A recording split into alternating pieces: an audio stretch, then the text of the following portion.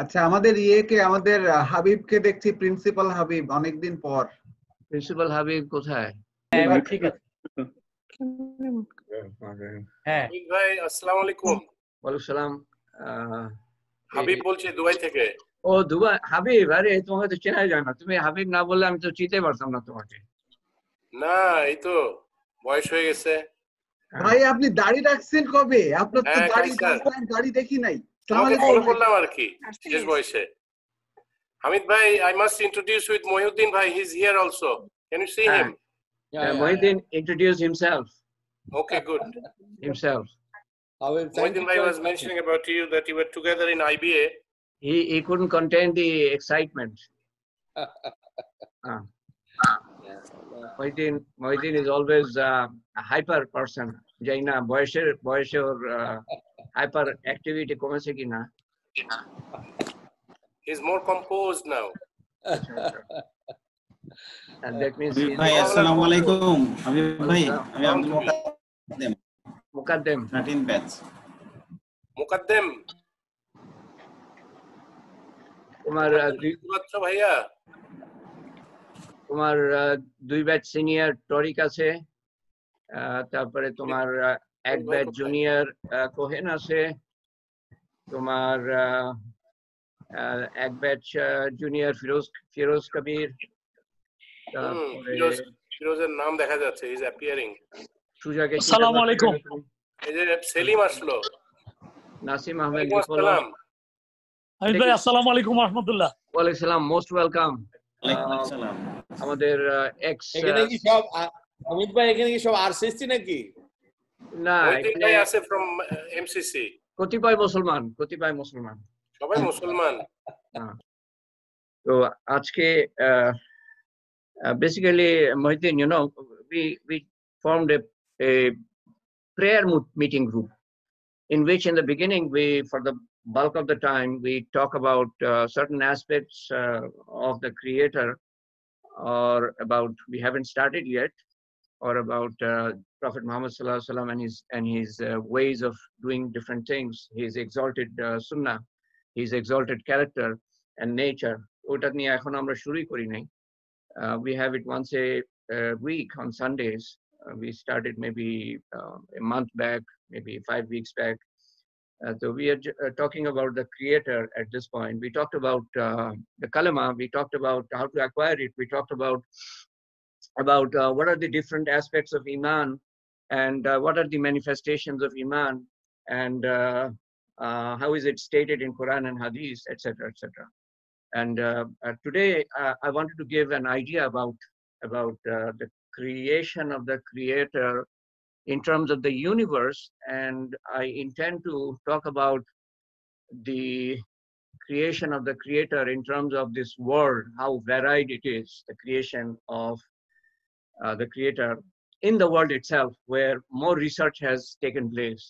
About the universe, tremendous research has taken place, but it is infinite. And because it is infinite, you know, it is always impossible to grasp the infinite. So to whatever extent that we know, to that extent, I'll try to present. And I have been interested in the subject since 1976, 44 years. And as astronomy has grown, as the equipment that they use has improved over the years, their understanding, and therefore our understanding about the creator, has tremendously increased. So that is a journey I want to take you through a PowerPoint presentation. But before that, I want to say a few words. Bismillah ar-Rahman ar-Rahim. Hamadu nusalli ala Rasulil Karim, amma ba'd, fa'uzu billahi minash shaitanir rajim. Bismillah ar-Rahman ar-Rahim. তো আমরা গতবার নাকি তার আগের বার আল্লাহ তাআলার সিফাত সম্বন্ধে বলি। তো তার মধ্যে 7টা কমপক্ষে আমরা আইডেন্টিফাই করতে পারি, যেগুলা আল্লাহ সৃষ্টিকারী হিসাবে সেই সিফাতগুলো জড়িত। এক তো উনি খালেক, সৃষ্টিকারী, উনি বারি, সঠিক সৃষ্টিকারী, উনি মুসাব্বির, আকৃতি সৃষ্টিকারী। He gives shape without any sample or without any design. He doesn't have to make a design. as all of us have to make a design or see some sample and then make a chair out of the materials given by the Almighty. উনি বাদী, নমুনা ছাড়াই সৃষ্টিকারী। উনি মুবদি, প্রথমবার সৃষ্টিকারী। উনি মুঈদ, পুনরায় সৃষ্টিকারী। আমরা যে মারা যাব বা উনি সবকিছু ধ্বংস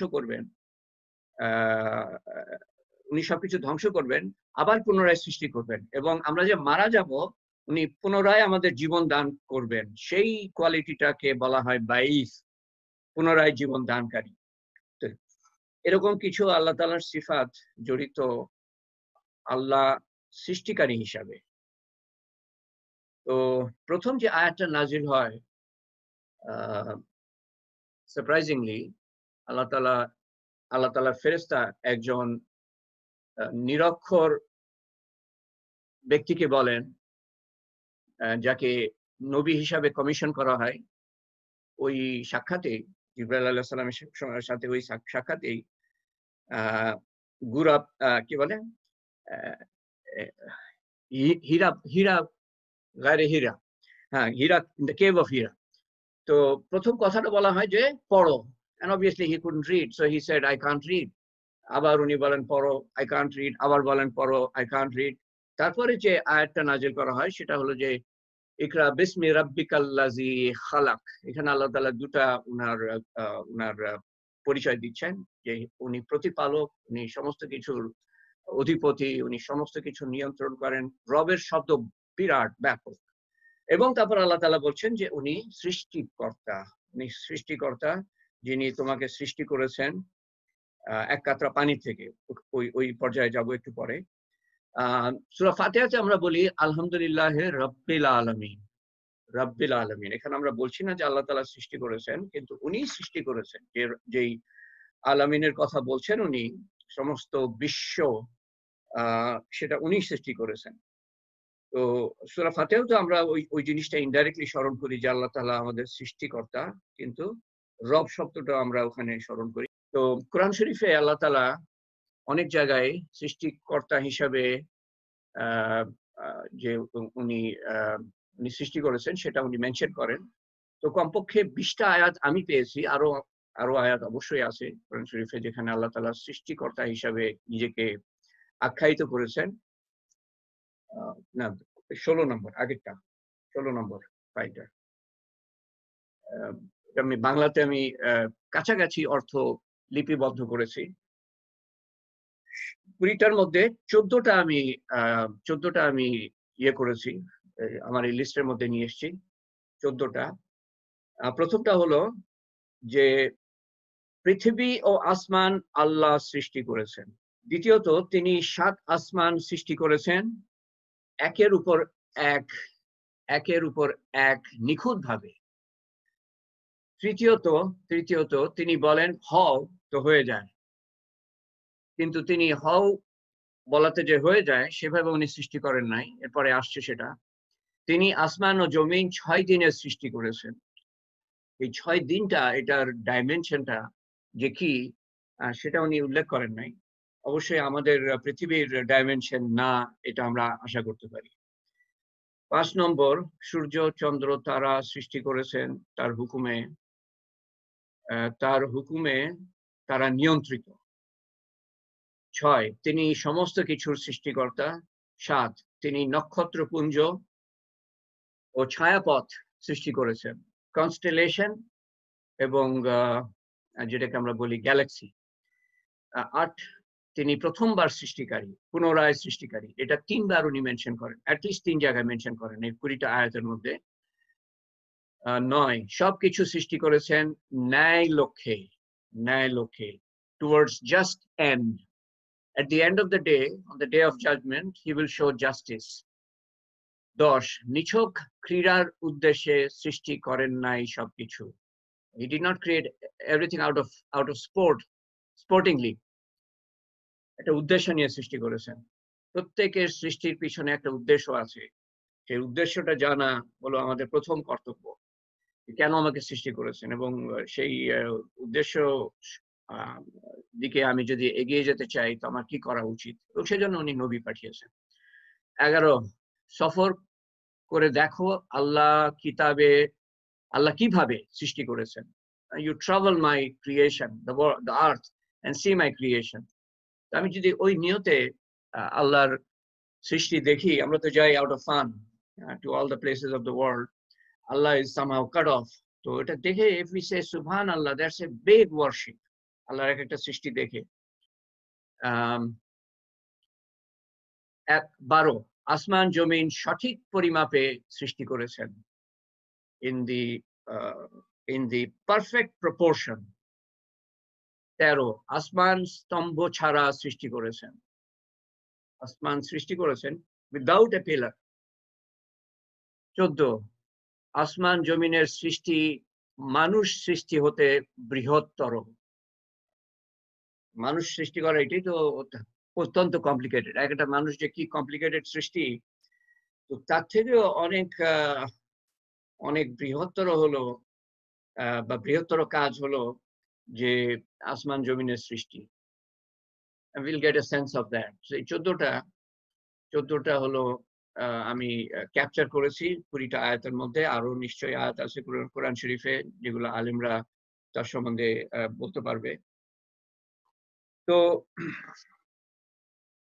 মানুষ কিছু তৈরি করে আল্লাহ প্রদত্ত বস্তুর দ্বারা। যা কিছু তৈরি করেছি, এই ঘরের মধ্যে যা কিছু মানুষ তৈরি করেছে, ঘর বলি আর ঘরের মধ্যে যে ফার্নিচার বলি, বিছানা বলি, চেয়ার বলি, সব আল্লাহ প্রদত্ত বস্তুর দ্বারা সৃষ্টি করেছে। কিন্তু এক সময় আল্লাহ ছাড়া কিছুই ছিল না। তো আল্লাহ তাআলা কোনো কিছু ছাড়াই সবকিছু সৃষ্টি করেছেন। প্রথম উনি পানি সৃষ্টি করেন এবং তারপরে সবকিছু পানির থেকে সৃষ্টি করেন। এবং এটা কিন্তু আমাদের কাছে অদ্ভুত লাগতে পারে যে পানির থেকে কিভাবে এই এত এত বিরাট বিরাট পাহাড় সৃষ্টি করেছেন, এত বিরাট বিরাট প্ল্যানেট, এত বড় বড় সূর্য তারকা কিভাবে সৃষ্টি করলেন পানি থেকে। আমরা নিজেদের সম্বন্ধে চিন্তা করি। সূরা আল মুমিনুন 23 নম্বর সূরা 13 নম্বর আয়াত থেকে 14 নম্বর আয়াতে আল্লাহ তাআলা বলেন যে এক কাতরা অপবিত্র পানির দ্বারা মায়ের পেটে উনি সৃষ্টি করেছেন আমাদেরকে। Now we are created out of impure fluid. আমরা এক একজন, আমাদের কথা বলছি না যারা এখানে আছে, কিন্তু মানুষ সাধারণভাবে গর্ব করতে পছন্দ করে যে হি ইজ সামথিং, কিছু একটা হয়ে গেলে। কিন্তু we are all created out of impure fluid. We came from the dust and we will go back to the dust, and in between we go back and forth to the toilet every day few times. And that is what we are, and we are proud of ourselves. We are arrogant about ourselves if we কিছু যদি আমি হয়ে যাই।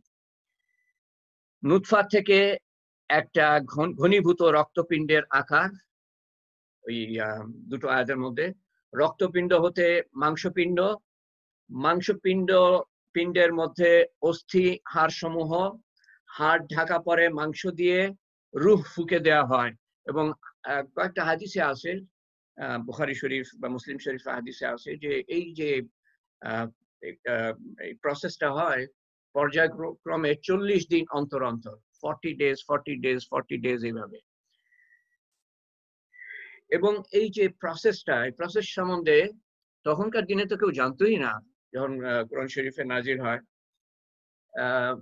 মাত্র 150 বছর আগে হয়তো এইটা সম্বন্ধে আবিষ্কার হয় যে through stages we are created inside we are conceived inside the womb of the mother.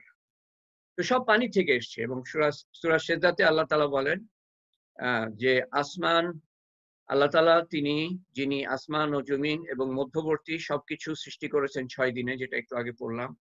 অর্থাৎ কোনো শরীক ছাড়াই আল্লাহ তাআলা সৃষ্টি করেছেন। এই সৃষ্টির ব্যাপারে আল্লাহ তাআলার কোনো শরীক নাই। সমস্ত পৃথিবীর মানুষ, বৈজ্ঞানিক মিলে একটা মাছির পর সৃষ্টি করতে পারবে না, একটা চালের দানা সৃষ্টি করতে পারবে না, একটা গমের দানা সৃষ্টি করতে পারবে না, একটা শাকসবজি সৃষ্টি করতে পারবে না আল্লাহ তাআলা যদি না করেন। তো আল্লাহর সৃষ্টি সম্বন্ধে বলবো 3 দিক থেকে, at least 3 dimensions. একটা হলো যে আয়তন কি, বা এর ব্যাপকতা কি, দ্বিতীয়ত বৈচিত্র্য বা বিভিন্নতা, তৃতীয়ত সংখ্যা। আয়তন সম্বন্ধে বলতে গিয়ে সংখ্যাও চলে আসবে, কিন্তু একটার সাথে আরেকটা জড়িত। পৃথিবীর বয়স বৈজ্ঞানিকরা বলে, অ্যাস্ট্রোনমার্স স্পেশালি অ্যাস্ট্রোফিজিসিস্ট, তারা বলেন যে পৃথিবীর বয়স 13.8 বিলিয়ন ইয়ার্স, বর্তমান হিসাব 13.8 বিলিয়ন ইয়ার্স। 1380 কোটি বছর আগে, বিগ ব্যাং এর দিকে না যাই। তো আমি এই আমার যে প্রেজেন্টেশন, এটাতে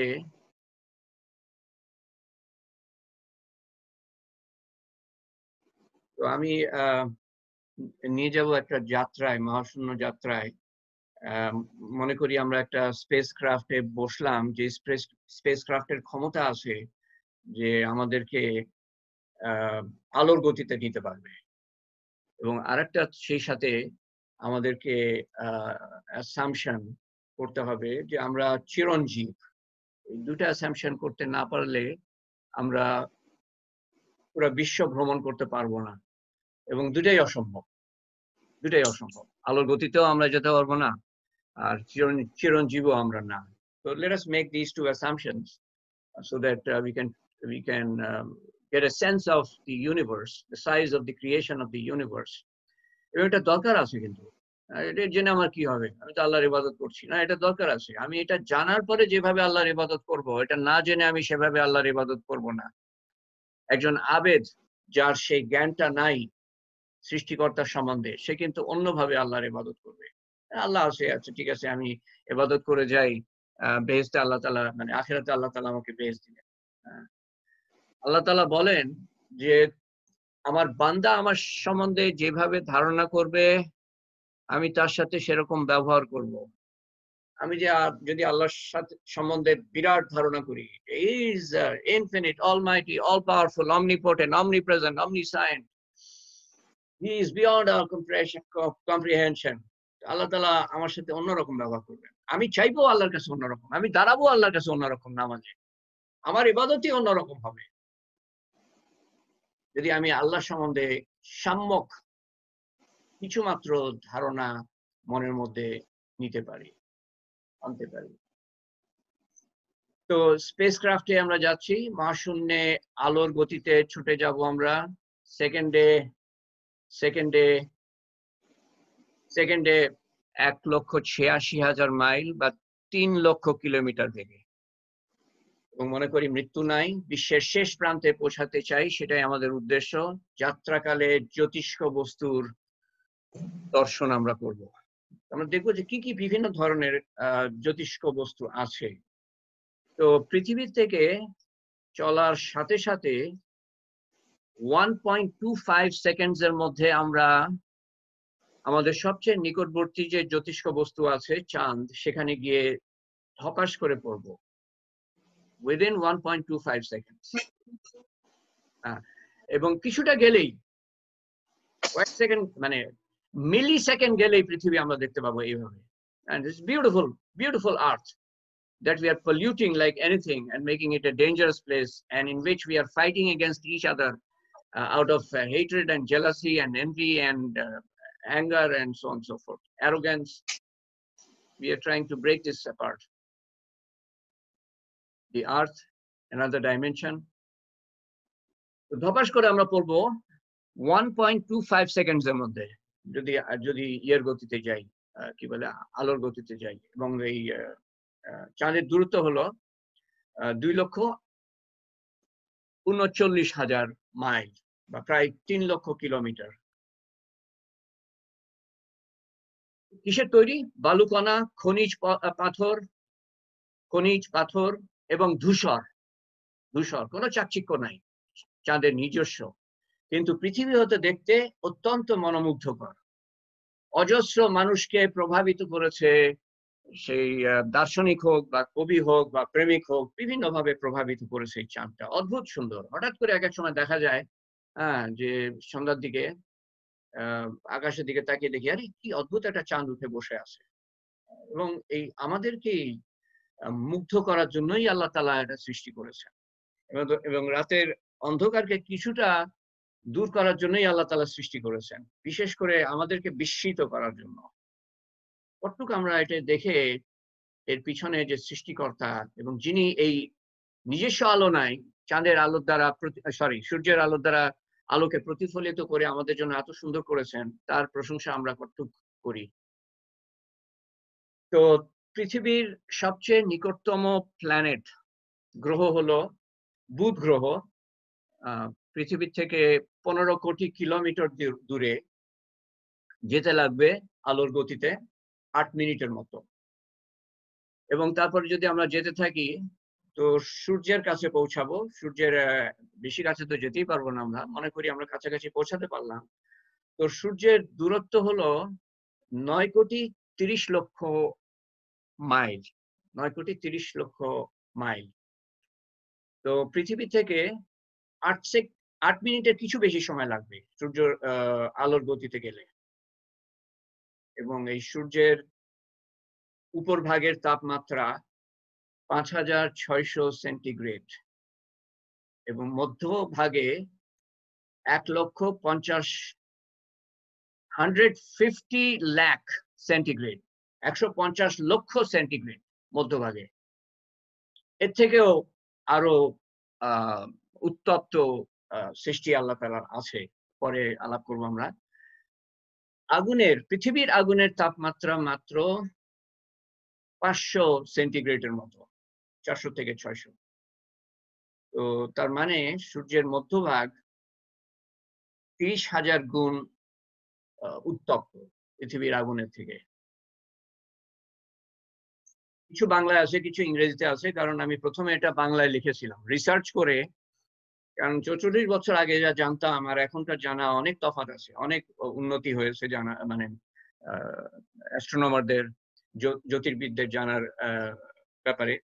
তো রিসেন্টলি আমি মনে হয় গত 1 মাসের মধ্যে এটা রিসার্চ করা, বাংলায় লিখি, তারপর আবার ফ্রেশ করে ঢাকায় পাঠাই বাংলায় করার জন্য। আমার বাংলা ফন্ট নাই, সেটা আবার কপি পেস্ট করে তারপরে ফটোগুলা বের করে গুগল সার্চ করে তারপরে একসাথে পেস্ট করে তারপরে কতবার যে আমাকে ডিলিট করতে হয়, কারণ আমি যখন পোস্ট করি গুগল ড্রাইভে দেখি যে ঠিক মতো আসছে না, লেখাগুলা লেপটে যাচ্ছে ফটোর সাথে বা ফটো তলায় চলে যাচ্ছে। এই প্রসেসটা যে আমাকে কতবার করতে হয়েছে। তারপরে কালকে আমি দেখলাম যে আরেকটু ইমপ্রুভ করা দরকার, কারণ আমার নতুন কিছু তথ্য আমি পেলাম এর মধ্যে। তো সেটা ইনক্লুড করতে গিয়ে আমাকে ইংরেজিতেই টাইপ করতে হয়েছে, যেহেতু বাংলা ফন্ট নাই, সেজন্য কিছু বাংলায় আছে, বেশিরভাগই বাংলায় আছে, আর কিছু ইংরেজিতে আছে। তো সূর্যের মধ্যভাগটা আমাদের পৃথিবীর আগুনের থেকে 30,000 গুণ উত্তপ্ত।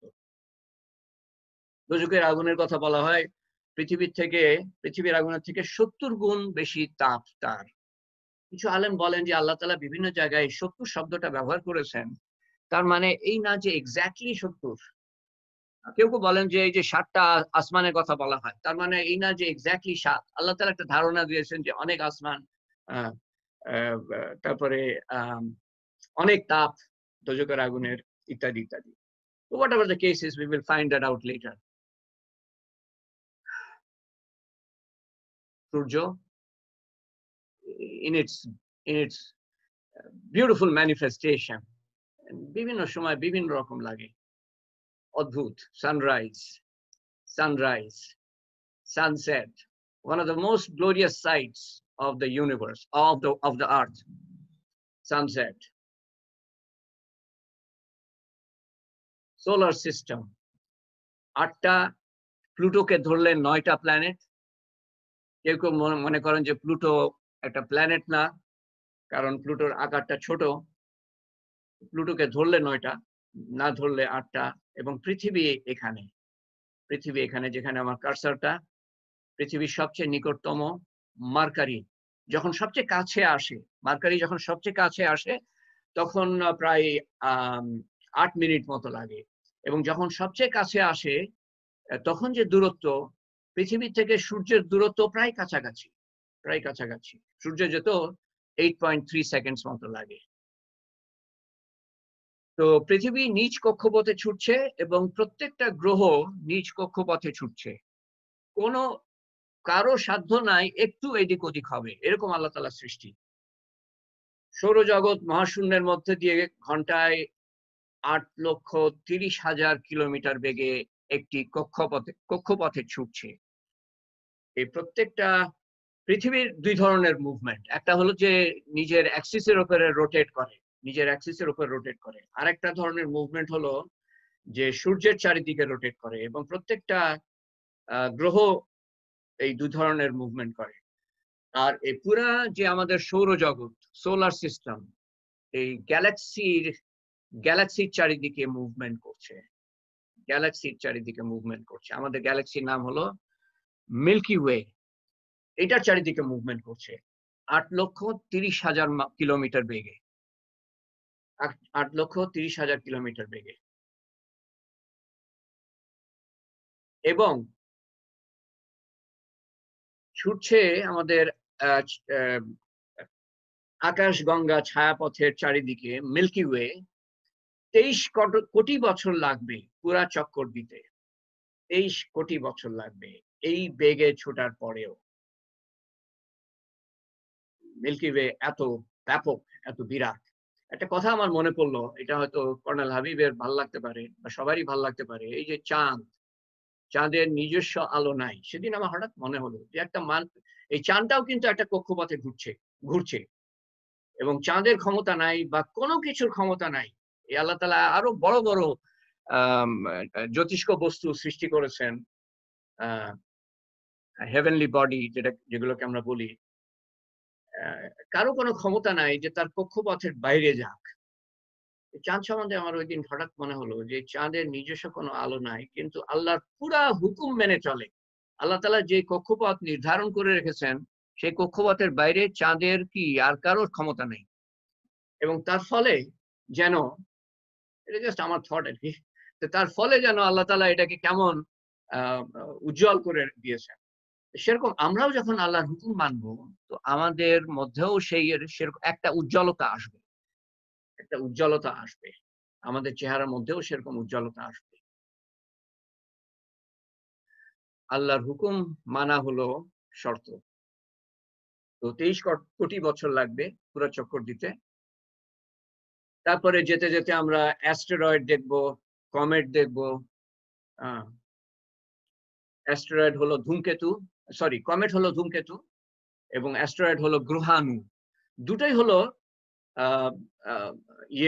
পাথরের এবং তার সাথে বিভিন্ন ধরনের এলিমেন্ট তার সাথে জড়িত। দুটার সাথে দুই ধরনের এলিমেন্ট জড়িত। এবং অ্যাস্টেরয়েড সম্বন্ধে এখানে আমি আরো লিখেছি, small Rocky body orbiting the sun, range in size from nearly 600 miles across to dust particles. Asteroid আছে যেগুলো ডাস্ট পার্টিকেলের মতো। Found especially between orbits of Mars and Jupiter, a few pass close to the Earth or enter the atmosphere as meteors. Comet, icy small solar system body that when passing close to the sun warms and begins to release gases. এই যে meteors, ulka, shooting star, small body of matter from outer space that enters the Earth's atmosphere, যেটা প্রায় 200 mile পর্যন্ত চলে গেছে পৃথিবীর atmosphere, become incandescent as a result of friction and appearing as a streak of light. Have speeds approaching 70 kilometers per second, also called shooting star. তারপরে যেতে যেতে আমাদের যে ছায়াপথ, সেটা এখনো পার হইনি আমরা। তো এর মধ্যে ব্ল্যাক হোল দেখবো আমরা, কৃষ্ণ গহ্বর। ব্ল্যাক হোল কি?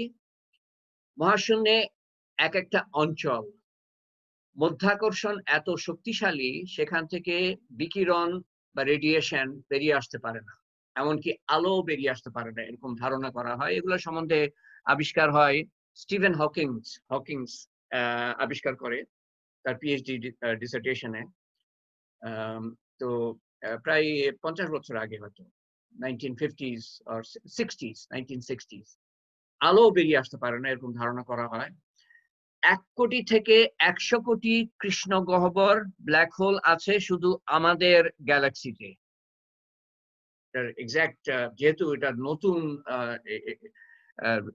রিসার্চের অন্তর্ভুক্ত, সেহেতু এগুলো সম্বন্ধে আমরা যথেষ্ট জানি না। সেই জন্য 1 থেকে 100 কোটি হলো এটার রেঞ্জ, এর মধ্যে হয়তো হবে। এরপরে আমরা আরো জানতে পারবো ইনশাল্লাহ। 2020 সালে মানে এই বছরেই আরো পাওয়ারফুল টেলিস্কোপ পৃথিবীর কক্ষপথে ছাড়া হয়েছে, যেটার মাধ্যমে আশা করা হচ্ছে যে আমরা আরো জানতে পারবো বিশ্বের আয়তন এবং এগুলোর সম্বন্ধে, বিভিন্ন জ্যোতিষ্ক বস্তুর সম্বন্ধে। তো ততদিন পর্যন্ত আমাদের অপেক্ষা করতে হবে। আল্লাহ তাআলা আমাদের হায়াত দেন ওনার সৃষ্টি সম্বন্ধে আরো জানার। So they are very powerful, extremely powerful, so powerful that even they do not allow light to escape the hole. আলোকেও অ্যাট্রাক্ট করে না, এরকম পাওয়ারফুল তারা। আল্লাহর সৃষ্টি, আল্লাহ কিরকম পাওয়ারফুল হবে। তারপরে আমরা তো মিল্কি ওয়ে এর মধ্যেই আছি, but we can get a better visualization of the Milky Way.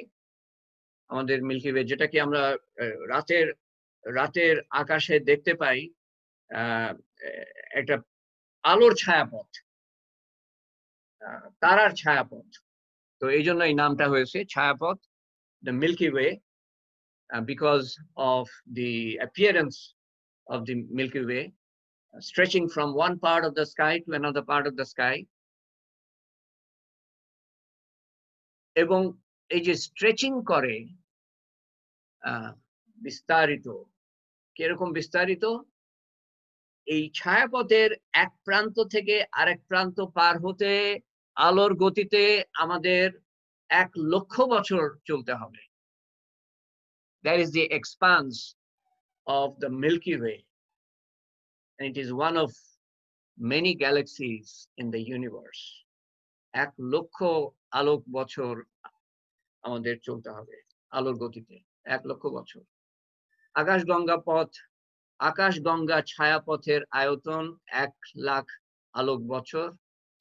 20,000 থেকে 40,000 কোটি তারা এই ছায়াপথে, 20,000 থেকে 40,000 কোটি তারা।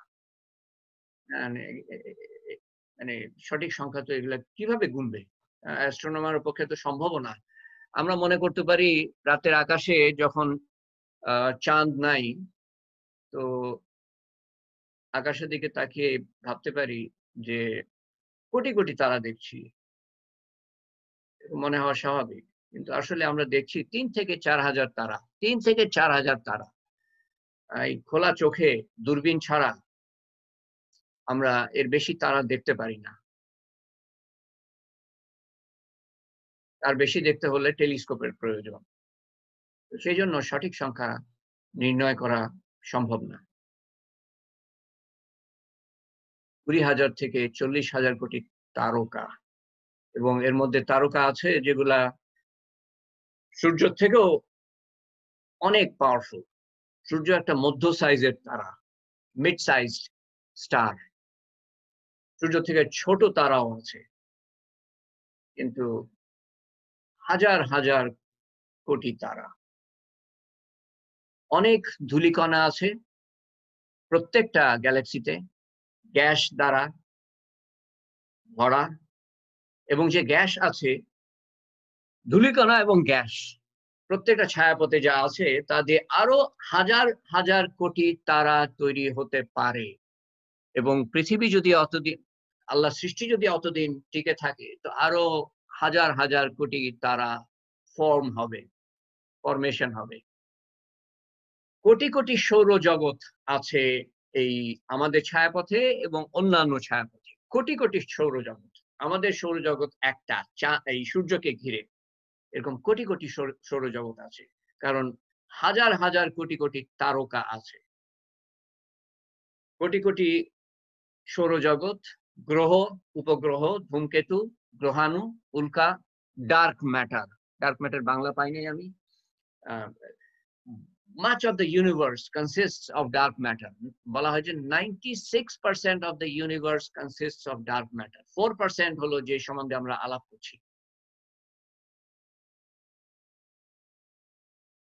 Nearest galaxies, Canis Major Dwarf Galaxy, 25,000 বছর লাগবে যেতে পৌঁছাতে এখানে আলোর গতিতে গেলে। Sagittarius Dwarf 70,000 বছর লাগবে আলোর গতিতে গেলে এই গ্যালাক্সিতে পৌঁছাতে। এগুলা দুটোই হলো ছোট ধরনের ছায়াপথ। আর বড় ছায়াপথ হলো অ্যান্ড্রোমিডা গ্যালাক্সি। এখানে পৌঁছাতে 25 লক্ষ বছর লাগবে আলোর গতিতে গেলে, এবং এটা হলো সবচেয়ে ডিস্টেন্ট অবজেক্ট যা আমরা ফাঁকা চোখে দেখতে পাই দূরবীনের সাহায্য ছাড়া। Andromeda Galaxy, nearest major Galaxy, 25 লক্ষ বছর লাগবে এখানে পৌঁছাতে আলোর গতিতে। অ্যান্ড্রোমিডা গ্যালাক্সির একটা ভিজুয়ালাইজেশন, এটা আরেকটা গ্যালাক্সি। এখানে পৌঁছাতে 12 মিলিয়ন লাইট ইয়ার্স, তার মানে 1,02,00,000 বছর লাগবে এখানে পৌঁছাতে আলোর গতিতে চললে। এই গ্যালাক্সি আরো দূরে 6,23,00,000 বছর লাগবে এখানে পৌঁছাতে আলোর গতিতে। এগুলো আমাদের কাছাকাছি গ্যালাক্সি। তো ছায়াপথ, ছোট আকারের ছায়াপথের কয়েক কোটি তারা, ছোট আকারের ছায়াপথে কয়েক কোটি তারা, আর বিশাল ছায়াপথে 1 কোটি কোটি তারা। 1 কোটি কোটি, 100 ট্রিলিয়ন। আমাদের ছায়াপথে 20,000 থেকে 40,000 কোটি তারা। আর আমাদের থেকেও বড় ছায়াপথ আছে যেখানে 1 কোটি কোটি তারা, 100 ট্রিলিয়ন। একের পরে 13টা শূন্য, 100 ট্রিলিয়ন। গ্যাস, ধূলিকণা, কোটি কোটি সৌরজগৎ, গ্রহ, উপগ্রহ, ধূমকেতু, গ্রহাণু, উল্কা, ডার্ক ম্যাটার। সবচেয়ে বড় ছায়াপথ নাম দেয়া হয়েছে, মানে নাম্বার দেয়া হয়েছে, যার আয়তন, আমাদের ছায়াপথের আয়তন হলো এক প্রান্ত থেকে আরেক প্রান্ত যেতে 1 লক্ষ বছর লাগবে। 1 লক্ষ বছর লাগবে আলোর গতিতে চললে। সবচেয়ে বড় ছায়াপথ এক প্রান্ত থেকে আরেক প্রান্ত যেতে 45 লক্ষ বছর লাগবে আলোর গতিতে গেলে। 45 লক্ষ বছর, 1 লক্ষ 45 লক্ষ। বিশ্বে কতগুলা ছায়াপথ? এর আগে আমি বললাম যে অনেক ছায়াপথ আছে।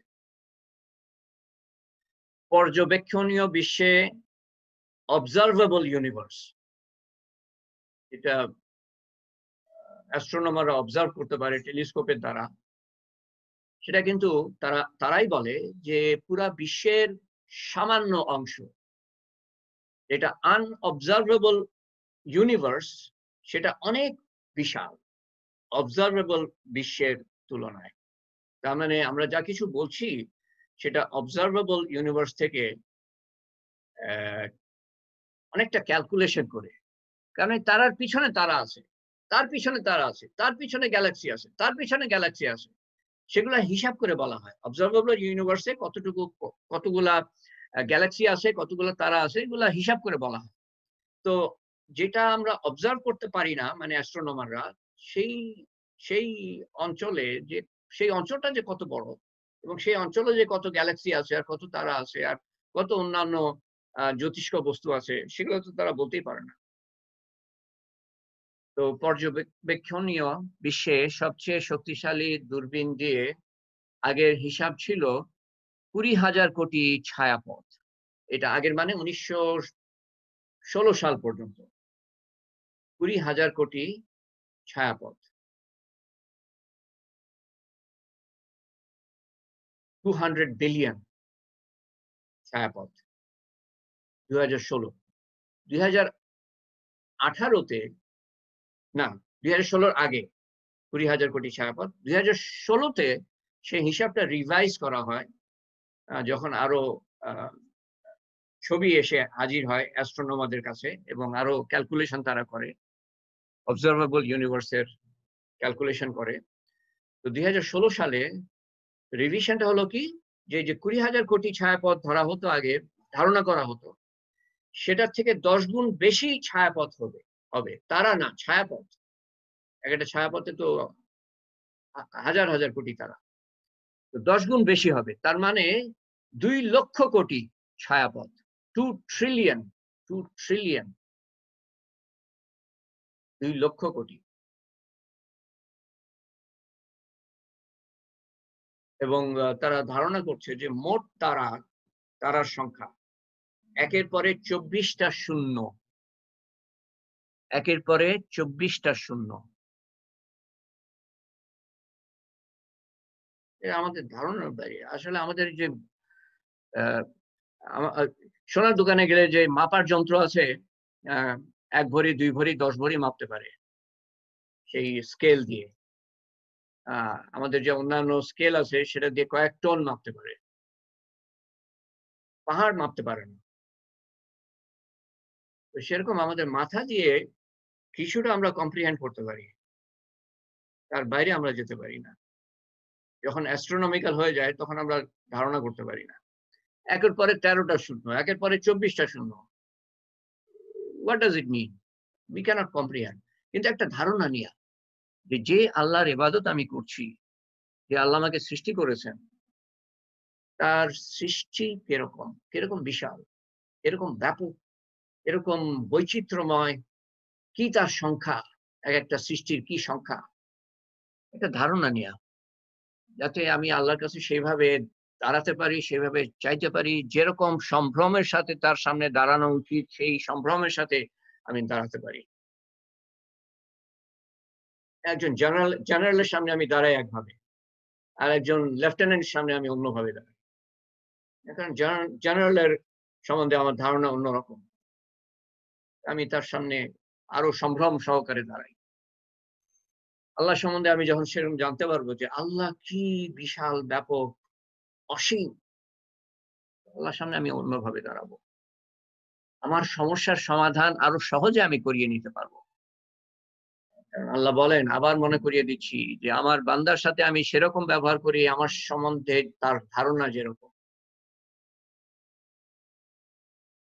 তো এই যে তারকার সংখ্যা, যা পৃথিবীতে এত বালু কণা নাই, পৃথিবীর কত যে পদ্মার 2 পারে যে কত বালু, আমরা তো পদ্মার পারে মানুষ, আর কত নদীতে 2 পারে কত বালু, আর কত পৃথিবীর লেকের পারে কত বালু, আর কত সমুদ্রের পারে কত বালু, সমুদ্র সৈকতে, আর কত মহাসমুদ্রের পারে কত বালু, তলায় কত বালু, পৃথিবীতে কত বালু, মাটির মধ্যে কত বালি, কোনো মানে এর তো কোনো সংখ্যাই নাই। তো জ্যোতির্বিদরা যে ক্যালকুলেশন করেছেন তারার সংখ্যার সম্বন্ধে, তো ক্যালকুলেশন করে তারা বলেন যে পৃথিবীতে এত বালু কণাও নাই।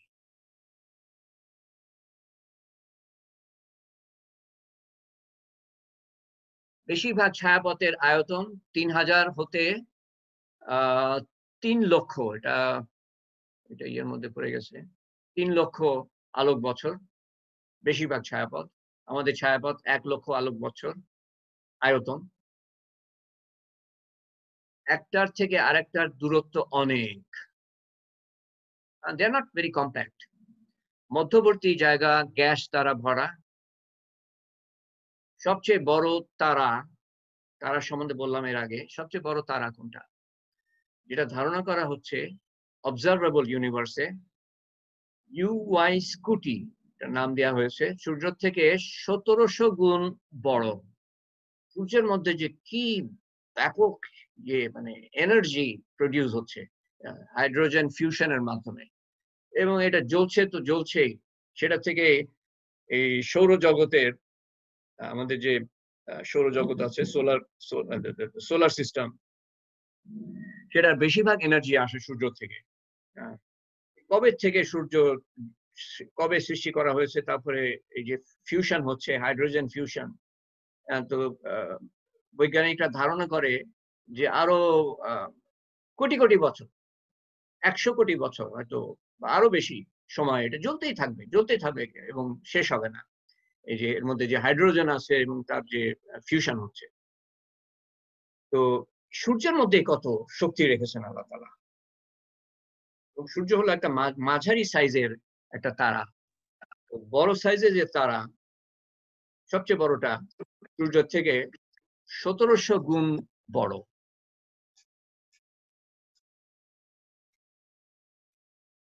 সবচেয়ে পাওয়ারফুল বস্তু আমাদের বিশ্বে কোনটা? সেগুলোকে বলা হয় কোয়াজার। এটা বাংলা শব্দ পাই নাই আমি। একটা গ্যালাক্সি থেকে একটা কোয়াজার, একটা বডি, কোয়াজার হলো একটা body, one object, very powerful object. এর সম্বন্ধে খুব বেশি কিছু আমরা জানি না, কিন্তু very very powerful, meaning highly illuminated. এই যে আলো দেখতে পাচ্ছি আমরা, 1000 times more powerful than our galaxy. এবং আমাদের গ্যালাক্সিতে 20,000 কোটি থেকে 40,000 কোটি তারা। আমাদের সূর্যের যে কি পাওয়ার সেটা সম্বন্ধে একটু সামান্য ধারণা দিলাম। এটা মাঝারি সাইজের। 20,000 থেকে 40,000 কোটি সূর্য আছে আমাদের গ্যালাক্সিতে। তো সেগুলোর পাওয়ার কিরকম, কত পাওয়ার প্রডিউস করে, কত আলো প্রডিউস করে, তার মানে কত এনার্জি প্রডিউস করে, কত পাওয়ার প্রডিউস করে। একটা কোয়াজার 1000 গুণ বেশি পাওয়ারফুল আমাদের গ্যালাক্সি থেকে, যেখানে 20,000 থেকে 40,000 কোটি তারা। একটা অবজেক্ট তার থেকে বেশি পাওয়ারফুল, 1000 গুণ বেশি পাওয়ারফুল। ছায়াপথের মধ্যভাগে অবস্থিত, অত্যন্ত উজ্জ্বল, শক্তিশালী, সক্রিয় বস্তু। তো কোয়াজারকে ধরা হয় আমার জানা মতে সবচেয়ে বড় অবজেক্ট, সিঙ্গেল অবজেক্ট। সবচেয়ে বড় সিঙ্গেল অবজেক্ট আমার মনে হয় জিবরাইল আলাইহিস সালাম। রাসূলুল্লাহ সাল্লাল্লাহু আলাইহি ওয়াসাল্লাম একবার জিজ্ঞেস করেন জিবরাইল আলাইহিস সালামকে, না সরি, সাহাবারা জিজ্ঞেস করেন যে আপনি কি জিবরাইল আলাইহিস সালামকে দেখেছেন? রাসূলুল্লাহ সাল্লাল্লাহু আলাইহি ওয়াসাল্লাম বলেন দুইবার। একবার হলো মিরাজে যাওয়ার সময়, আরেকবার আমি আমার মনে নাই। তো তারপর রাসূলুল্লাহ সাল্লাল্লাহু আলাইহি ওয়াসাল্লাম বলেন যে তার পা মাটিতে, এই পৃথিবীর মাটিতে, তো মাথা প্রথম আসমানে। একটু পরে আমরা যাচ্ছি প্রথম আসমান কোথায় গিয়ে ঠেকেছে, হয়তো তার থেকেও বড়, কিন্তু একটা ধারণা পাবো। তো পা মাটিতে, মাথা হলো প্রথম আসমানে গিয়ে ঠেকেছে।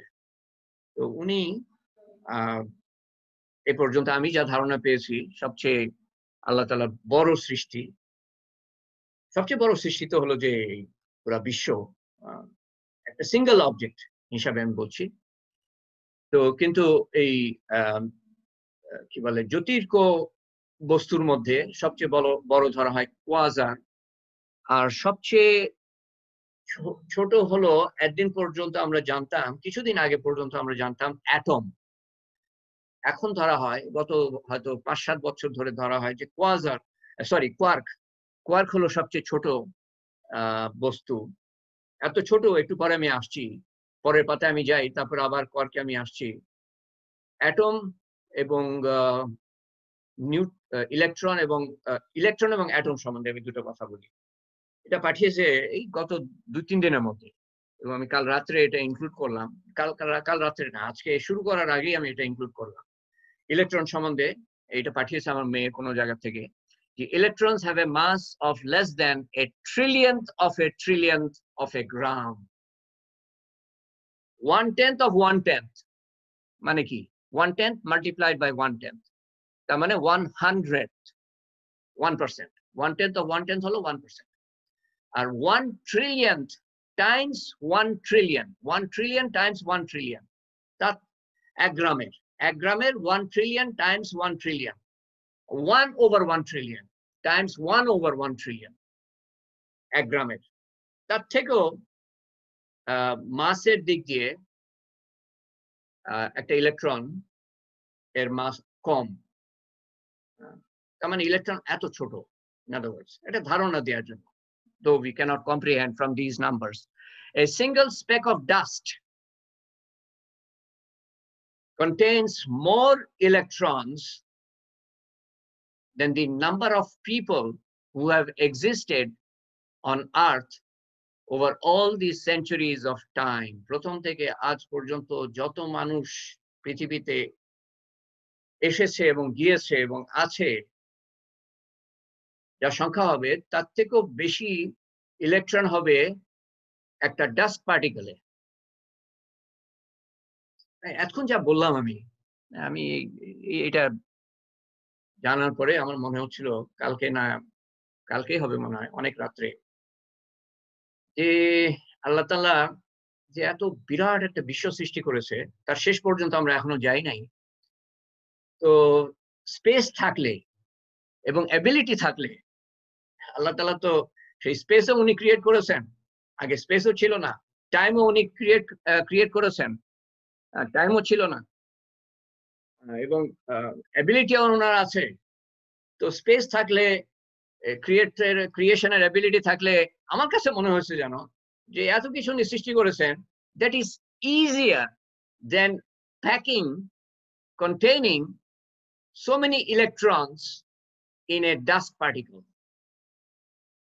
তার মানে যে এই বাইরের বিশ্বে আল্লাহ তাআলা যে সৃষ্টি করেছেন সেটাই বিস্ময়কর, আর একটা ডাস্ট পার্টিকেলের মধ্যে যে আল্লাহ সৃষ্টি, যে নিখুঁত যে আল্লাহর সৃষ্টি, যে কত ইলেকট্রন তার মধ্যে, সেটা আরো আমার কাছে অ্যামেজিং মনে হয়েছে। একটা ডাস্ট পার্টিকেল পুরা বিশ্বের থেকে আরো অ্যামেজিং মনে হয়েছে আমার কাছে। আচ্ছা, তো অ্যাটম কি? অ্যাটম হলো, if we remember from what we studied, যে নিউক্লিয়াসে আছে ইলেকট্রন, প্রোটন এবং neutron in the nucleus of the atom, এবং ইলেকট্রন অরবিট করে, নিউট্রন এবং প্রোটনকে অরবিট করে ইলেকট্রন। একটা ডাস্ট পার্টিকেলে এত ইলেকট্রন আছে একটা ডাস্ট পার্টিকেলে। আচ্ছা, তো অ্যাটম সম্বন্ধে এটা পাঠিয়েছে যে even if we could somehow count atoms and counted them 24 hours a day for as long as we lived, we would barely begin to count. Please note these words. We would barely begin to count. Count to sheshi korbo na. We would barely begin to count the number of atoms in something as small as a grain of sand. সারা জীবন যদি আমরা 24 ঘন্টা যদি count করতাম, we would barely begin to count the number of atoms in something as small as a grain of sand. এই অ্যাটমের মধ্যে আছে electron, neutron, proton. এই নিখুঁত আল্লাহ তাআলার সৃষ্টি, এর ভিতরে যে, তো এর থেকেও ছোট হলো, পিছনে গেলাম, এর থেকেও ছোট হলো কোয়ার্ক। কোয়ার্ক সম্বন্ধে আমি বলি, এর সম্বন্ধে পড়েছিলাম মনে হয়, ভুলে যাচ্ছি, হয়তো 10 বছর হবে নাকি 8 বছর হবে, একটা আর্টিকেলে, যে এটাকে ধরা হয় যে সবচেয়ে ছোট creation, smallest creation, smaller than atom, much smaller than atom. এটাকে ধরা হয় বর্তমান জ্ঞান অনুযায়ী the basic building block of the Almighty. Almighty ওয়ার্ডটা তো কেউ ইউজ করবে না। এই পুরো জিনিসটা কিন্তু, এই study of all of this things would have been extremely exciting যদি এর পিছনে আল্লাহকে জুড়ে দেওয়া হতো। প্রত্যেকটা ফিল্ডের স্টাডি কিন্তু এক্সাইটিং হয়ে যেত, সেটা ফিজিক্স হোক, আর অ্যাস্ট্রোনমি হোক, আর কেমিস্ট্রি হোক, আর বোটানি হোক, আর জুলজি হোক, আর অ্যানাটমি হোক, আর যাই হোক না কেন, প্রত্যেকটাই এই যে study of the natural world, the physical world, study of chemistry, সবই এক্সাইটিং হয়ে যেত যদি আল্লাহকে জুড়ে দেওয়া হতো। তখন আমাদের মনের মধ্যে একটা বিস্ময়কর ভাব আসতো। আর বর্তমানে আসে যে হ্যাঁ এরকম আসে, তো চলছে, তো চলবেই। অ্যাজ ইফ ন্যাচারালি এগুলো হয়ে গেছে। ন্যাচারালি তো হওয়ার কথা না। তো কোয়ার্ক সম্বন্ধে একটা ধারণা যে আমি পেয়েছিলাম তখন, সেটা হলো যে এবং তার আগে বলে রাখি যে 2 বার মাত্র এক্সপেরিমেন্ট করে কোয়ার্কের এক্সিস্টেন্স প্রমাণিত হয়েছে, 2 বার মাত্র, কারণ এটা খুবই এক্সপেন্সিভ এক্সপেরিমেন্টেশন। তো কোয়ার্ক সম্বন্ধে বলা হয়েছে যে তার আগে এক্স রে সম্বন্ধে বলি, তাহলে কোয়ার্ক সম্বন্ধে ধারণা একটু ভালো হবে। এক্স রে, আমাদের শরীরের ভিতরে যদি এক্স রে নেওয়া হয়, হাড্ডি ভেঙেছে কিনা বা অন্যান্য জিনিস বোঝা যায়। মেডিকেল সায়েন্স এক্স রে ব্যবহার করে, এক্স রে ভেদ করতে পারে আমাদের শরীর। কিন্তু আধা ইঞ্চ লেডের একটা প্লেট যদি যেখানে এক্স রে যাতে না যায়, যেখানে এক্স রে যাওয়া উচিত না, সেখানে যদি দেয়া হয় আধা ইঞ্চ লেডের একটা ইয়ে কি বলে কভারিং, তো সেখান দিয়ে আবার লেড যাবে না, আধা ইঞ্চ এক্স রে যাবে না, আধা ইঞ্চ লেডের মধ্যে দিয়ে এক্স রে যেতে পারবে না। লেডের বাংলা কি পারদ নাকি সম্ভবত। তো বৈজ্ঞানিকরা বলেন যে 2 মাইল পুরু লেড এর দেয়াল যদি তৈরি করা হয়, 2 মাইল পুরু, তার মধ্যে দিয়ে কোয়ার্ক ভেদ করে চলে যাবে। কোয়ার্ক এত সূক্ষ্ম, ক্রিয়েশন অফ আল্লাহ, সো মানে ওয়ার্ড নাই, এগুলো ডিসক্রাইব করা ওয়ার্ড নাই, মাইনিউট ওয়ার্ডটাও কিন্তু অ্যাপ্লিকেবল না। কোয়ার্ক হলো এত সূক্ষ্ম যে 2 মাইল লেডের দেয়াল ভেদ করে চলে যাচ্ছে, যেখানে এক্স রে আধা ইঞ্চি লেডের দেয়াল ভেদ করতে পারে না। তো কোয়ার্ক তাহলে কত সূক্ষ্ম। তো আল্লাহর কোয়ার্ক সম্বন্ধে কিছু ধারণা আমাদের হলো বা দেওয়ার চেষ্টা করলাম। তারপর আমরা চলছি আলোর গতিতে থ্রু দি ইউনিভার্স। আমরা বিভিন্ন জ্যোতির্ক বস্তু দেখব, going through the universe at tremendous speed, at the speed of light. Amazing pictures of the universe.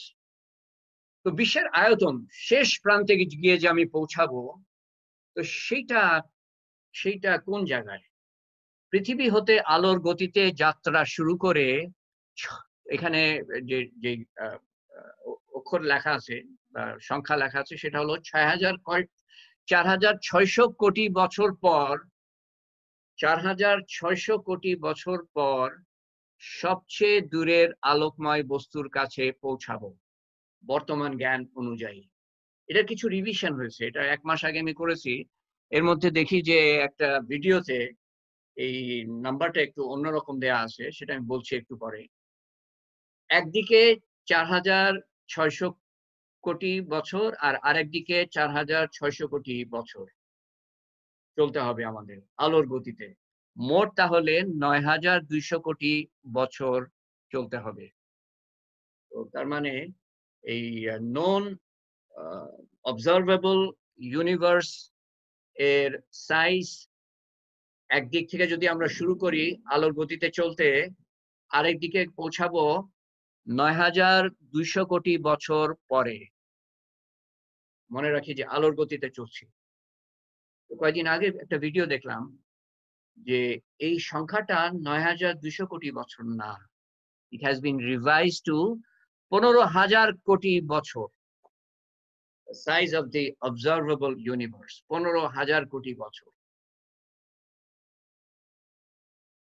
তো 9,000 হোক আর 15,000 হোক, সবই আমাদের মাথার উপর দিয়ে চলে যাবে রিগার্ডলেস।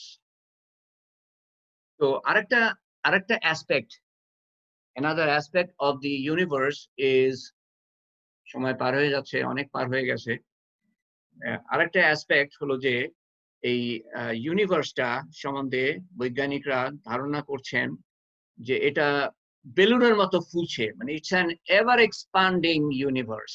বেলুন যদি আমি ফোলাবার চেষ্টা করি এবং বেলুনের চারিদিকে যদি ফোটা ফোটা ফোটা থাকে, দাগ থাকে, তো বেলুন ফুটাবার সাথে সাথে ওই দাগগুলাও কিন্তু একে অপরের থেকে দূরে সরে যাবে। বেলুনও ফুলতে থাকবে, দাগগুলাও একে অপরের থেকে দূরে চলে যাবে। সেরকম জ্যোতির্ক বস্তুগুলা বিশ্বের যেহেতু এক্সপান্ডিং ইউনিভার্স, সেহেতু একে অপরের থেকে এই বস্তুগুলা দূরে সরে যাচ্ছে এবং কি বেগে দূরে সরে যাচ্ছে at millions of miles per hour।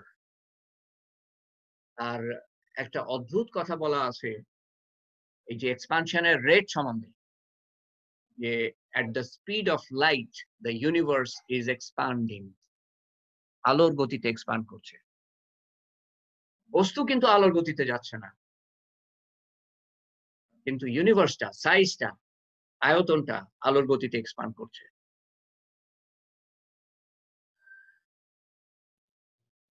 Extremes of the universe, highest electric current, যেই একটা ফিল্ড আছে ইউনিভার্সে, ধারণা করা হচ্ছে 200 বিলিয়ন লাইট ইয়ার্স দূরে।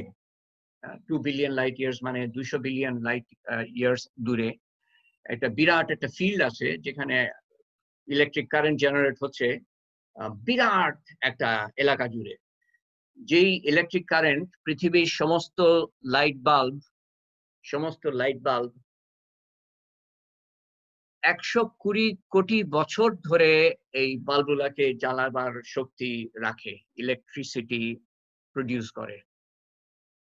পৃথিবীতে যে লাইটনিং হয় 1 ট্রিলিয়ন bolts of lightning, সেটার ইকুইভ্যালেন্ট এই যে ইলেকট্রিক কারেন্ট জেনারেট হচ্ছে।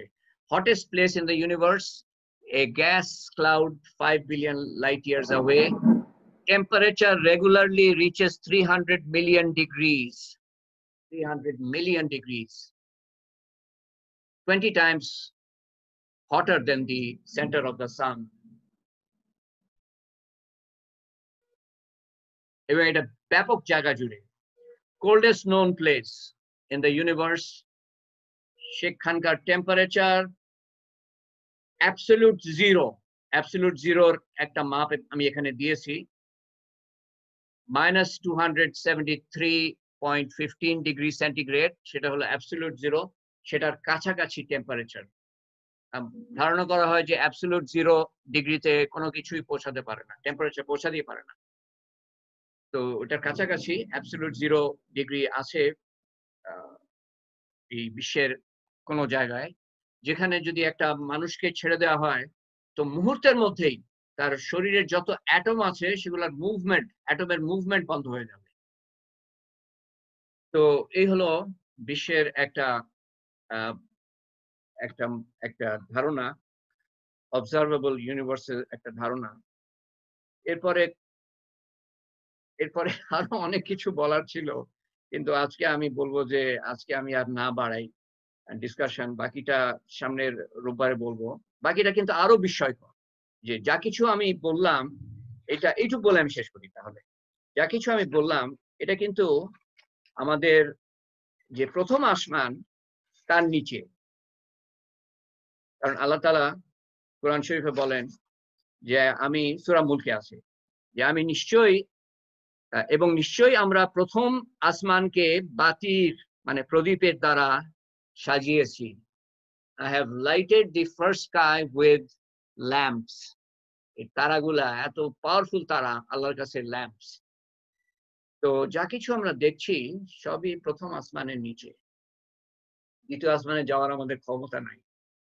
ইব্রাহিম আলাইহিস সালাম যখন রাসূলুল্লাহ সাল্লাল্লাহু আলাইহি ওয়াসাল্লামের সাথে যান মিরাজে, তো প্রথম আসমানে গিয়ে দরজা বন্ধ, ইব্রাহিম আলাইহিস সালামকে খটখটাতে হয়।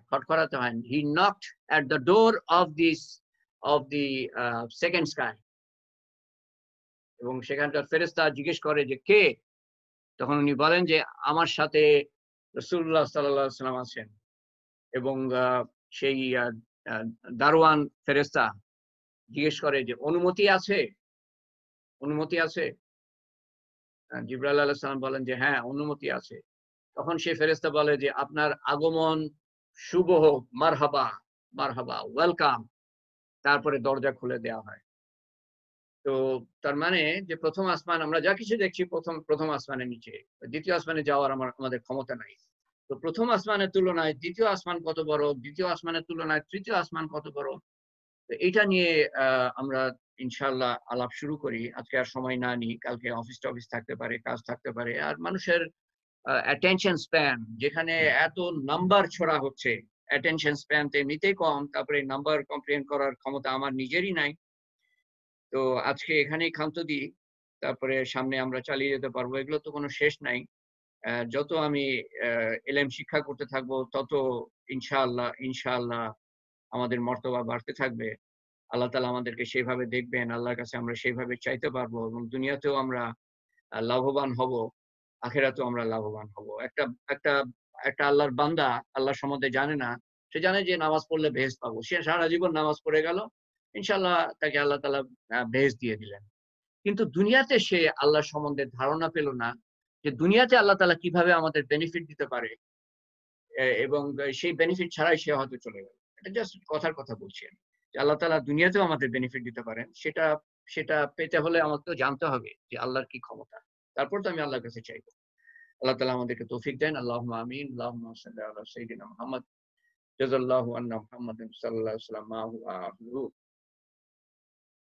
ওয়ালিল্লাহি মুলকুস সামাওয়াতি ওয়াল আরদ ওয়াল্লাহু আলা কুল্লি শাইইন কাদির।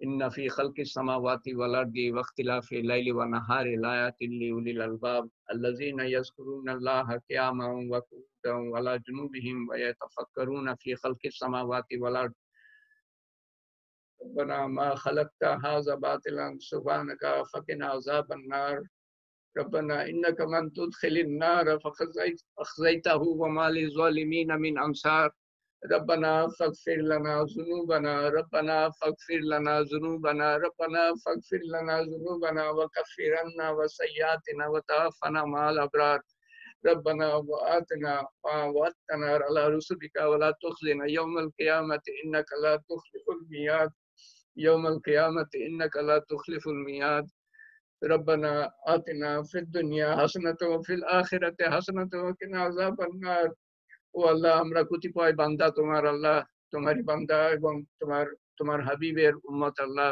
তোমার কাছে হাত উঠিয়েছি আল্লাহ, তোমার হাবিবের উম্মতের মধ্যে আমরা হাত উঠিয়েছি আল্লাহ। ও আল্লাহ, তুমি আমাদের হাতকে খালি ফিরিয়ে দিও না আল্লাহ। ও আল্লাহ, আমরা যা কিছু আমল করেছি তা তুমি তোমার মেহেরবানির দ্বারা, অসীম মেহেরবানির দ্বারা তুমি কবুল করো আল্লাহ, তার ভুল ভ্রান্তি সংশোধন করে, এবং যা কিছু বলার এবং শোনার তৌফিক দিয়েছো আল্লাহ, তার ভুল ভ্রান্তি সংশোধন করে তোমার শাহী দরবারে, তোমার আজিম ও শান শাহী দরবারে কবুল করো আল্লাহ, এবং তার সওয়াব রাসূল করিম সাল্লাল্লাহু আলাইহি ওয়াসাল্লামের কাছে পৌঁছে দিও, সমস্ত মুসলমানের কাছে পৌঁছে দিও, বিশেষ করে আমাদের আপনজন, প্রিয়জন, নিকটজন, আমাদের আত্মীয় স্বজন যারা কবরে শায়িত। ও আল্লাহ, আমাদের পাড়া প্রতিবেশী যারা কবরে শায়িত, আমাদের বন্ধু বান্ধব যারা কবরে শায়িত, আমাদের আমাদের আমাদের সমস্ত মুসলমানের কাছে তুমি তার সওয়াব পৌঁছে দিও আল্লাহ। ও আল্লাহ, তুমি তাদের কবরকে প্রশস্ত করো আল্লাহ, জান্নাতুল ফেরদৌসের বাগান বানিয়ে দিও, কবরকে নূর দিয়ে পরিপূর্ণ করে দিও আল্লাহ, তুমি তাদের দরজা উঁচু করো আল্লাহ, তুমি তাদের সাথে সর্বোত্তম ব্যবহার দেখিও আল্লাহ, কবরে এবং হাসরের ময়দানে তুমি তাদেরকে তোমার আরশের নিচে ছায়া দিও আল্লাহ, তুমি তাদের আমলনামা ডান হাতে দিও আল্লাহ, তুমি তাদেরকে আল্লাহ নিশ্চিন্ত মনে কস্তুরীর টিলায় বিচরণ করার তৌফিক দান করো আল্লাহ। আল্লাহ, তুমি তাদেরকে বিদ্যুতের গতিতে পুলসিরাত পার হওয়ার তৌফিক দান করো আল্লাহ, তুমি তাদেরকে বিনা হিসাবে জান্নাতুল ফেরদৌসে দাখিল করো আল্লাহ, এবং আমাদেরকে তুমি হেদায়েত করো, হেফাজত করো, মাগফিরাত করো। ও আল্লাহ, তোমার রহমত বর্ষণ করো, কারণ তুমি হেদায়েতকারী, তুমি রহমত দানকারী আল্লাহ, তুমি ক্ষমাকারী, তুমি মাগফিরাত দানকারী আল্লাহ, তুমি হেফাজতকারী আল্লাহ। ও আল্লাহ, তুমি ছাড়া আর কেউ নাই আল্লাহ, তোমার কাছে যদি হাত না উঠাই তো আর তো কেউ নাই আল্লাহ, তুমি যদি কবুল না করো তো আর তো কেউ কবুল করার নাই আল্লাহ, তুমি আমাদের রক্ষা যদি না করো তো আর তো কেউ রক্ষাকারী নাই আল্লাহ। ও আল্লাহ, অনেক আশা নিয়ে তোমার কাছে হাত উঠিয়েছি আল্লাহ। ও আল্লাহ, তুমি আমাদেরকে হেদায়েত করো প্রতিটা মুহূর্তে আল্লাহ, আমাদের নফসের কাছে এক মুহূর্তের জন্য আমাদের ছেড়ে দিও না আল্লাহ, শয়তানের হাওয়ালায় এক মুহূর্ত আমাদেরকে ছেড়ে দিও না আল্লাহ। আল্লাহ, দুনিয়ার চাকচিক্যের কাছে এক মুহূর্তের জন্য আমাদের ছেড়ে দিও না আল্লাহ, সবই ধোঁকা আল্লাহ। আল্লাহ, আমাদের চারিদিকে ধোঁকা আল্লাহ, আমরা বুঝতে পারি না এবং সেই ধোকায় আমরা নিপতিত হই আল্লাহ।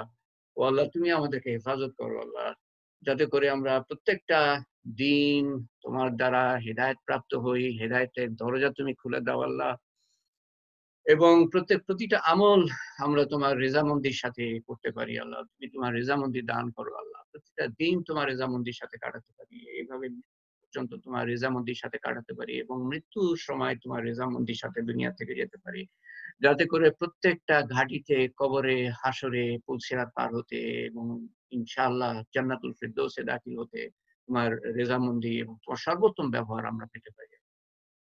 ও আল্লাহ, সেরকম তৌফিক দাও আল্লাহ। ও আল্লাহ, আমরা আমাদের পক্ষে তো সম্ভব না আল্লাহ, সেই পথ খুঁজে বের করে, আমাদের মধ্যে সেই শক্তি নাই আল্লাহ, সেই প্রলোভন থেকে নিজেদেরকে বাঁচাতে আল্লাহ। ও আল্লাহ, তুমি আমাদেরকে হেফাজত করো আল্লাহ, এবং হেদায়েত করো আল্লাহ, এবং সর্ব গুণে গুণান্বিত করো আল্লাহ, আমাদের সন্তান সন্ততিকে আল্লাহ, আমাদের পরিবার পরিজনকে আল্লাহ, আমাদের আত্মীয় স্বজনকে আল্লাহ, আমাদের আমাদের প্রতিবেশীদের, পাড়া প্রতিবেশীদেরকে আল্লাহ, আমাদের দেশবাসীকে, আমাদের বিশ্ববাসীকে, সবাইকে তুমি হেদায়েত করে হেফাজত করো আল্লাহ, এবং সঠিক পথ প্রদর্শন করো আল্লাহ। ইহদিনাস সিরাতাল মুস্তাকিম, ইহদিনাস সিরাতাল মুস্তাকিম আল্লাহ।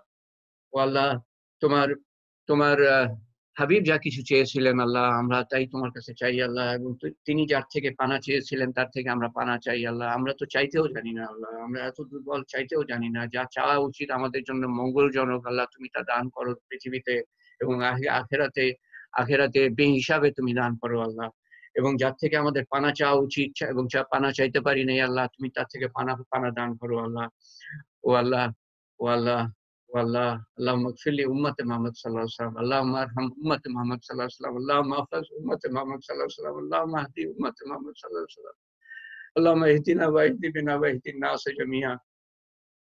ও আল্লাহ, আমরা প্রতিটা দিন পার করে যাচ্ছি আল্লাহ, একটা সময়, নির্দিষ্ট সময় আসবে, তোমার ডাক আসবে আল্লাহ, কখন আসবে জানি না আল্লাহ, কিন্তু যখনই আসে তখন যেন কলেমা নিয়ে আমরা তোমার কাছে যেতে পারি আল্লাহ, তোমাকে সন্তুষ্ট করে তোমার কাছে যেতে পারি আল্লাহ। তোমার ভালোবাসা আমাদের অন্তরে দাও আল্লাহ, তোমার হাবিবের ভালোবাসা আমাদের অন্তরে দাও আল্লাহ, যাতে করে প্রত্যেকটা আমল বোঝা হিসাবে আমরা না করি আল্লাহ, প্রত্যেকটা আমল তোমার ভালোবাসার জন্য আমরা করতে পারি আল্লাহ, বেহেশতের লোভে না এবং দোজখের ভয়ে না, তোমার ভালোবাসার জন্য যাতে প্রত্যেকটা আমল আমরা করতে পারি আল্লাহ।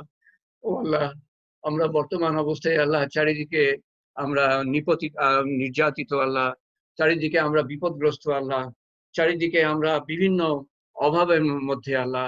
তুমি সমস্ত অভাব পূরণ করার মালিক আল্লাহ, তুমি সমস্ত নিপীড়ন দূর করার মালিক আল্লাহ, তুমি সমস্ত নির্যাতন দূর করার মালিক আল্লাহ। তুমি যারা গৃহহীন, যারা কন্যাদায়গ্রস্ত, যারা অভাবগ্রস্ত, যারা জুলুমগ্রস্ত, যারা অন্নহারা, যারা বস্ত্রহারা, তুমি সবাইকে তাদের প্রয়োজন মিটিয়ে দাও আল্লাহ। আমাদের যা প্রয়োজন তাও তুমি মিটিয়ে দাও আল্লাহ। আমাদের নেক হাজত তুমি জানো আল্লাহ। আমাদের অনেক বন্ধু অসুস্থ, তাদেরকে তুমি শেফা দান করো আল্লাহ। যারা অসুস্থ না, তাদেরকে তুমি হেফাজত করো আল্লাহ, পরিপূর্ণ হেফাজত করো আল্লাহ, যাতে যাতে বর্তমান আযাব তাদেরকে ছুঁতে না পারে আল্লাহ। ও আল্লাহ, তুমি আমাদেরকে মাফ করো। তুমি বলেছো আল্লাহ যে যতক্ষণ পর্যন্ত আমরা মাফ চাইবো তোমার কাছে, তুমি তোমার আযাব আমাদের উপর আযাব আসতে দিবা না আল্লাহ। কোরআন শরীফে তুমি বলেছো আল্লাহ, যতক্ষণ পর্যন্ত আমরা মাফ চাইবো তুমি আমাদেরকে আযাব দিবা না আল্লাহ। আমরা তোমার কাছে মাফ চাচ্ছি আল্লাহ, আমরা তোমাদের কাছে মাফ চাচ্ছি আল্লাহ। আমরা পদে পদে গুনাহ করি আল্লাহ, পদে পদে আমরা পথচ্যুত হই আল্লাহ, পদে পদে আমরা ভুল করি আল্লাহ। এটাই আমাদের আমাদের আমাদের আমাদের খাসলত আল্লাহ, এটাই আমাদের স্বভাব আল্লাহ। আর তুমি আমাদের পথ প্রদর্শক আল্লাহ, তুমি ক্ষমাকারী আল্লাহ। তুমি বলেছো যে তোমার কাছে মাফ চাইলেই তুমি মাফ করে দিবা আল্লাহ। আমরা তোমার কাছে মাফ চাচ্ছি আল্লাহ, তোমার কাছে আমরা পথ প্রদর্শন চাচ্ছি আল্লাহ। তুমি আমাদেরকে পথ প্রদর্শন করো আল্লাহ। ও আল্লাহ, ও আল্লাহ, তুমি ছাড়া আমাদের গতি নেই আল্লাহ। আমরা বুঝতে পারি না, আমরা না চাইলেও তুমি আমাদেরকে হেদায়েত করো আল্লাহ। আমরা বুঝতে পারি না কি সমূহ বিপদের মধ্যে আমরা আছি আল্লাহ। ভাইরাস থাক আর না থাক, কি সমূহ বিপদের মধ্যে আছি আমরা। যে কোনো সময় আমরা চলে যেতে পারি দুনিয়া থেকে, এবং তখন হয়তো আমার অন্তরে কলেমা খুবই দুর্বল আল্লাহ, যার দ্বারা তুমি সন্তুষ্ট হবা না, সেরকম যাতে না হয় আল্লাহ। আমরা কি সমূহ বিপদের মধ্যে আল্লাহ। এই দুনিয়ার বিপদ কোনো বিপদই না কবরের বিপদের কাছে আল্লাহ। দুনিয়ার কষ্ট কোনো কষ্টই না আল্লাহ কবরের কষ্টের কাছে বা হাসরের কষ্টের কাছে বা পুলসিরাত পার হওয়ার কষ্টের কাছে বা দোজকের কষ্টের কাছে আল্লাহ আমরা বুঝতে পারি না আল্লাহ। আল্লাহ তুমি আমাদেরকে বুঝ দাও আল্লাহ, আমরা অত্যন্ত নাদান, অত্যন্ত অবুঝ আল্লাহ, অত্যন্ত অবুঝ, সেজন্য কত কিছু করে ফেলি আল্লাহ না বুঝে আল্লাহ। We take things for granted Allah, oh Allah, but there is no guarantee in the world Allah other than the guarantee from you Allah, oh Allah, তোমার নিশ্চয়তা ছাড়া আর কোনো কিছুই নিশ্চিত না আল্লাহ। তুমি যে নিশ্চয়তা দান করেছো তার বাইরে কোনো কিছুই গ্যারান্টি না আল্লাহ। ও আল্লাহ, والله اللهم انك عفو كريم تحب العفو فاعف عنا ربنا ظلمنا انفسنا وان لم تغفر لنا وترحمنا لنكونن من الخاسرين ربنا لا تزغ قلوبنا بعد إذ هديتنا وهب لنا من لدنك رحمة انك انت الوهاب ربنا يا قاضي الحاجات يا رفيع الدرجات يا حلال المشكلات يا حلال المشكلات يا حلال المشكلات يا موجب الدعوات برحمتك نستغيث يا موجب الدعوات برحمتك نستغيث يا أول الأولين يا آخر الآخرين يا أكرم الأكرمين يا أرحم الراحمين يا راحم المساكين يا ذي القوة المتين ربنا تقبل مني إنك أنت السميع العليم ربنا تقبل مني إنك أنت السميع العليم ربنا تقبل مني إنك أنت السميع العليم وتب علينا إنك أنت التواب الرحيم سبحان ربك رب العزة عما يصفون وسلام على المرسلين والحمد لله رب العالمين وعبد لا إله إلا الله محمد رسول الله صلى الله عليه وسلم آمين يا رب العالمين اللهم آمين ইনশাআল্লাহ সামনে রোববারে আমরা আবার সমবেত হতে পারি একই সময়, আশা করি সবার সাথে দেখা হবে।